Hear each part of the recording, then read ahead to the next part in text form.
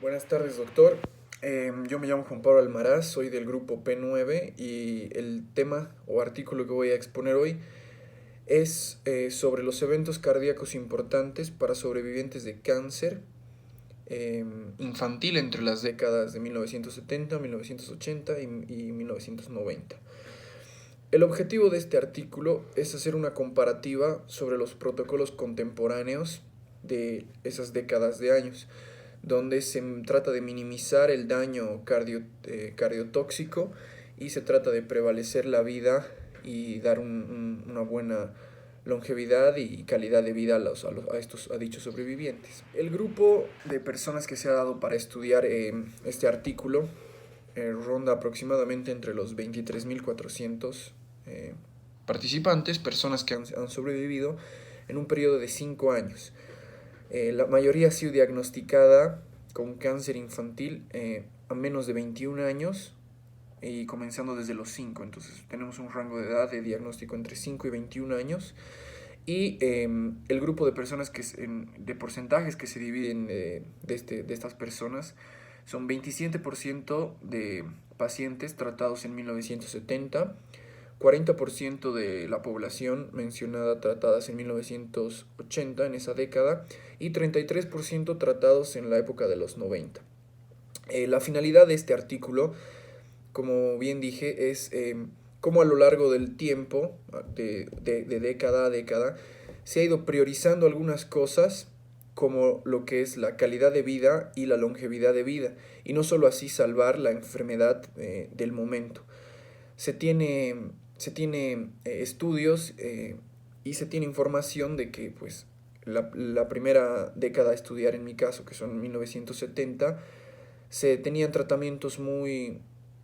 invasivos, muy tóxicos para el corazón, que si bien podían curar del tipo de cáncer que se haya estado manejando para ese paciente, iba a tener daños cardíacos a largo plazo. Y pues entre los cánceres que vamos a ir mencionando en este estudio están la leucemia, cáncer cerebral, linfoma de Hodgkin y tumores renales y neuroblastoma. Bueno, el impacto de la salud a largo plazo de estas personas sigue siendo de vital importancia, ya que la mayoría de estas al llegar a la edad adulta experimentan afecciones crónicas relacionadas con los tratamientos anteriores. Si bien la mejoría de los tratamientos a lo largo de estas 3 décadas ha sido muy buena, para los 90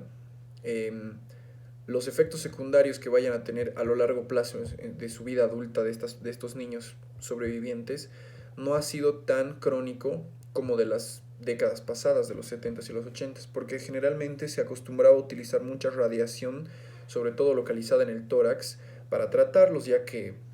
pues los diagnósticos y los tratamientos en ese entonces eran demasiado precoces, tal vez, se podría utilizar ese término, tomando en cuenta que hoy en día para muchos tipos de cáncer todavía no se tiene un tratamiento muy bien respaldado o con una funcionalidad muy certera, ¿no? Entonces, siendo así,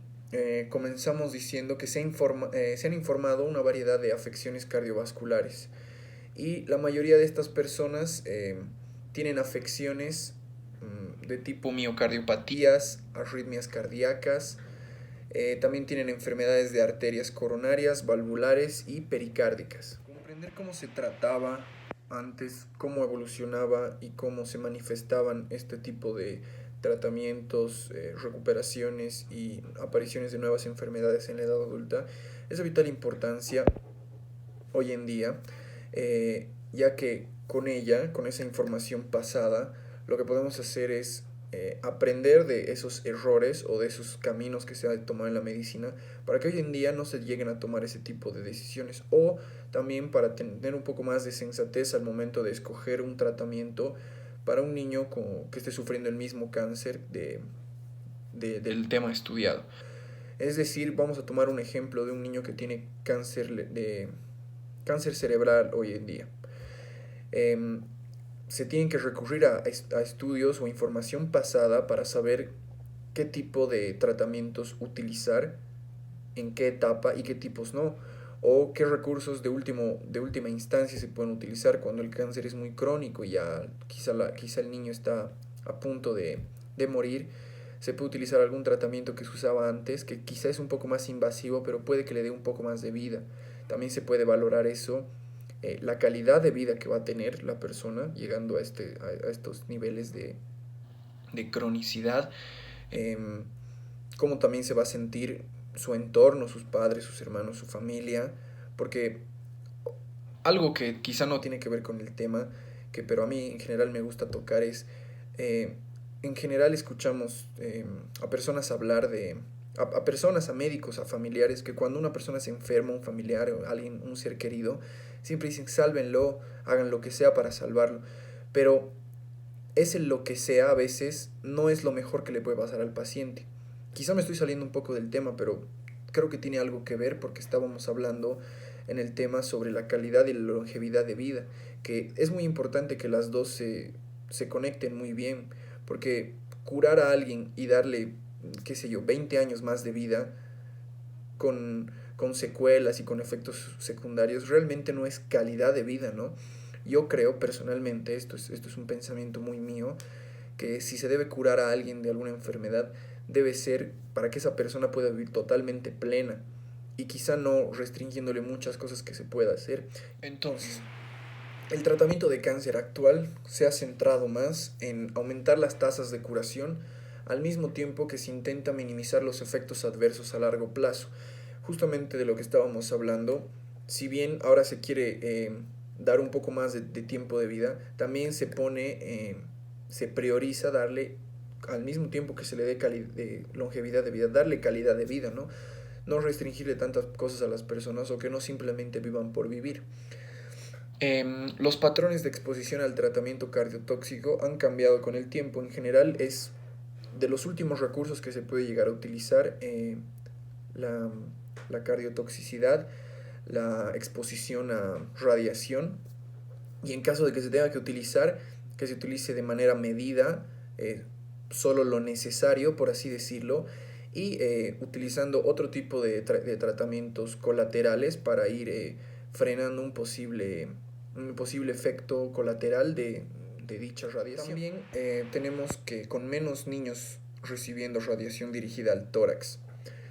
con dosis más bajas y volúmenes más pequeños para los que las reciben, y también un mayor uso de las antracilinas, aunque con dosis acumulativas reducidas, pueden dar como riesgo una insuficiencia cardíaca o una aparición tardía, y esto se ha vuelto permanente. Es decir, que si bien los avances de hace 2 décadas al día de hoy han sido muy buenos, se siguen teniendo prevalencia de efectos colaterales. Muy bien dicho, como lo mencioné antes, se ha tenido una mejoría sabiendo qué hacer y qué no hacer, ¿no? Es lo importante de estudiar y tener en cuenta la información pasada, pero todavía no se ha podido llegar a ese punto en el que no existan efectos colaterales o no existan aparición de cardiopatías tardías o a lo largo de la vida adulta. Es por eso pues que el cáncer es una de estas enfermedades muy terribles, muy tristes, que aún no tiene cura al 100%. Si bien puede ser tratada hasta cierto punto, también mucho va a depender del entorno de la persona, el estilo de vida, y pues también va a tener que ver con la genética que tenga, ¿no? Mucho va a depender de su sistema inmune y de cómo vaya siendo tratado. Entonces, yendo a los resultados que se han tenido haciendo estas encuestas a los 23.000 personas, se concluían que después de haber sido recolectada la información personal y los resultados médicos de cada uno de los pacientes, los resultados se han ido autocompletando e informando que venían teniendo un algoritmo de 5 patrones. Estos 5 patrones podían ser 5 diferentes enfermedades que se presentaban a lo largo de su desarrollo de vida adulta de estas personas, y que muchas de ellas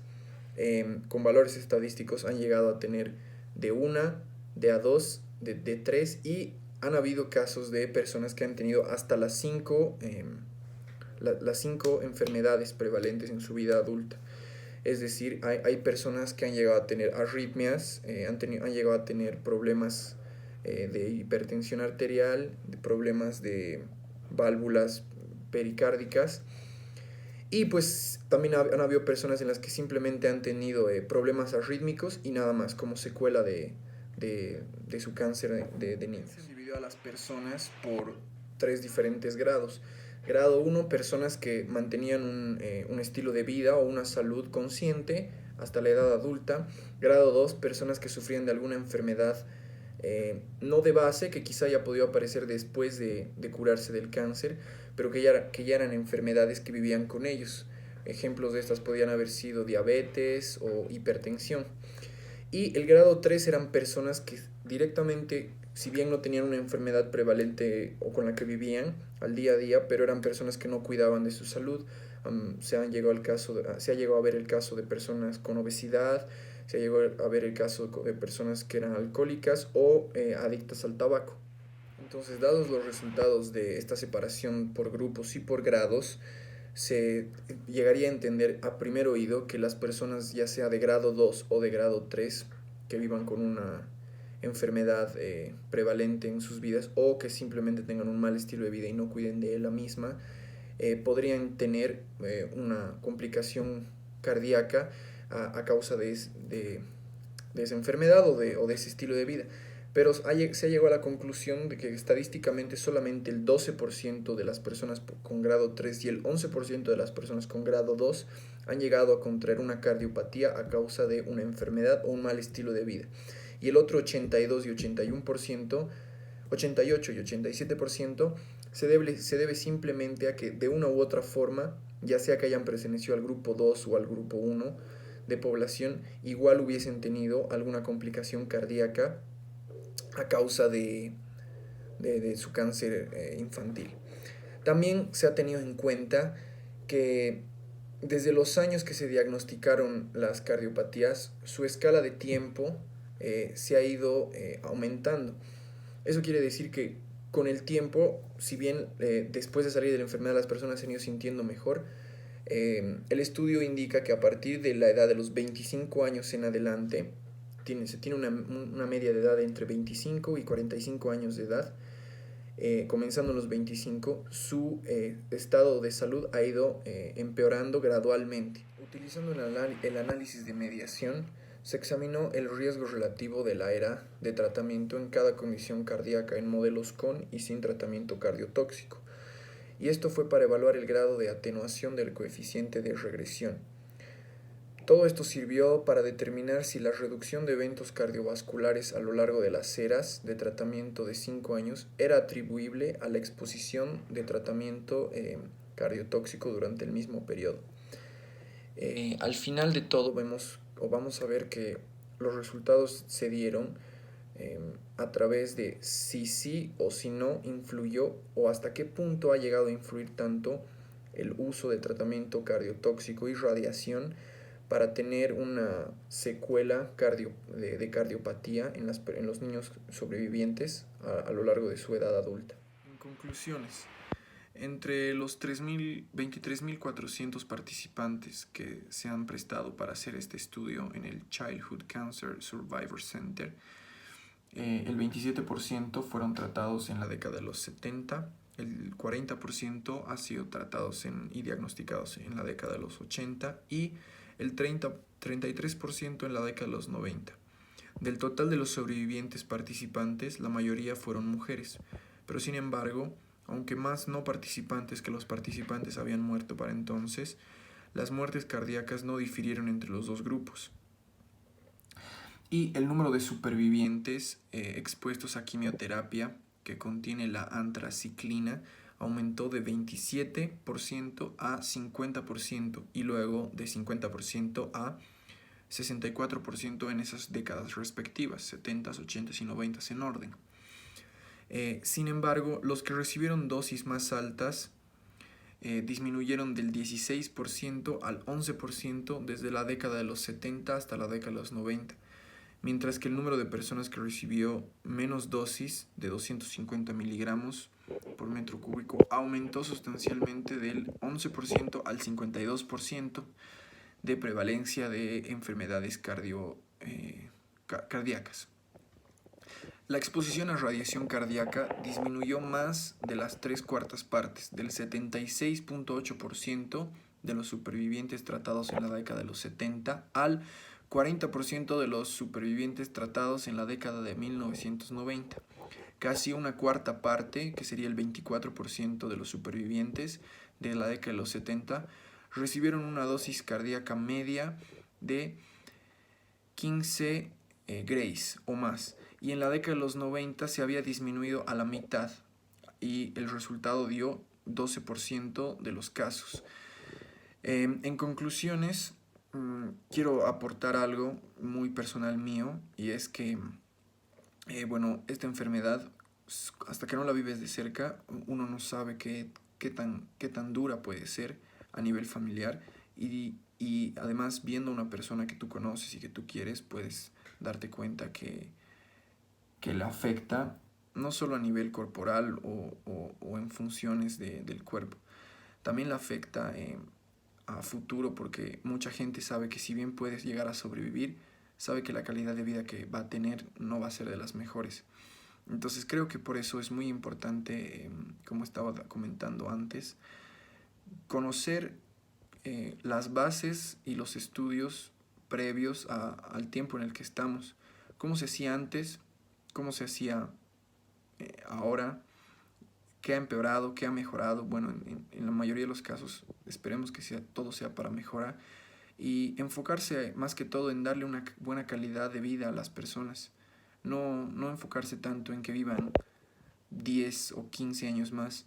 Si es necesario que vivan 5 años, pero que vivan 5 años plenos, que puedan hacer lo que quieran, sin tantas restricciones tal vez, porque de eso se trata más que todo, ¿no? Nosotros como médicos creo que tenemos que velar más que todo por, por los deseos personales del paciente, y no tanto así por los de la familia en general. No hacer lo imposible por salvarlo, sabiendo que la forma en la que lo vamos a salvar lo va a condenar a quizá una vida poco digna tal vez. Y pues con esa última reflexión me despido. Muchas gracias, Doc, por escuchar toda la exposición, y pues gracias también por haber dado un poco de su tiempo para explicarnos y enseñarnos todo lo que nos ha enseñado durante el semestre. Espero verlo después, tal vez en persona, y pues un saludo. Gracias.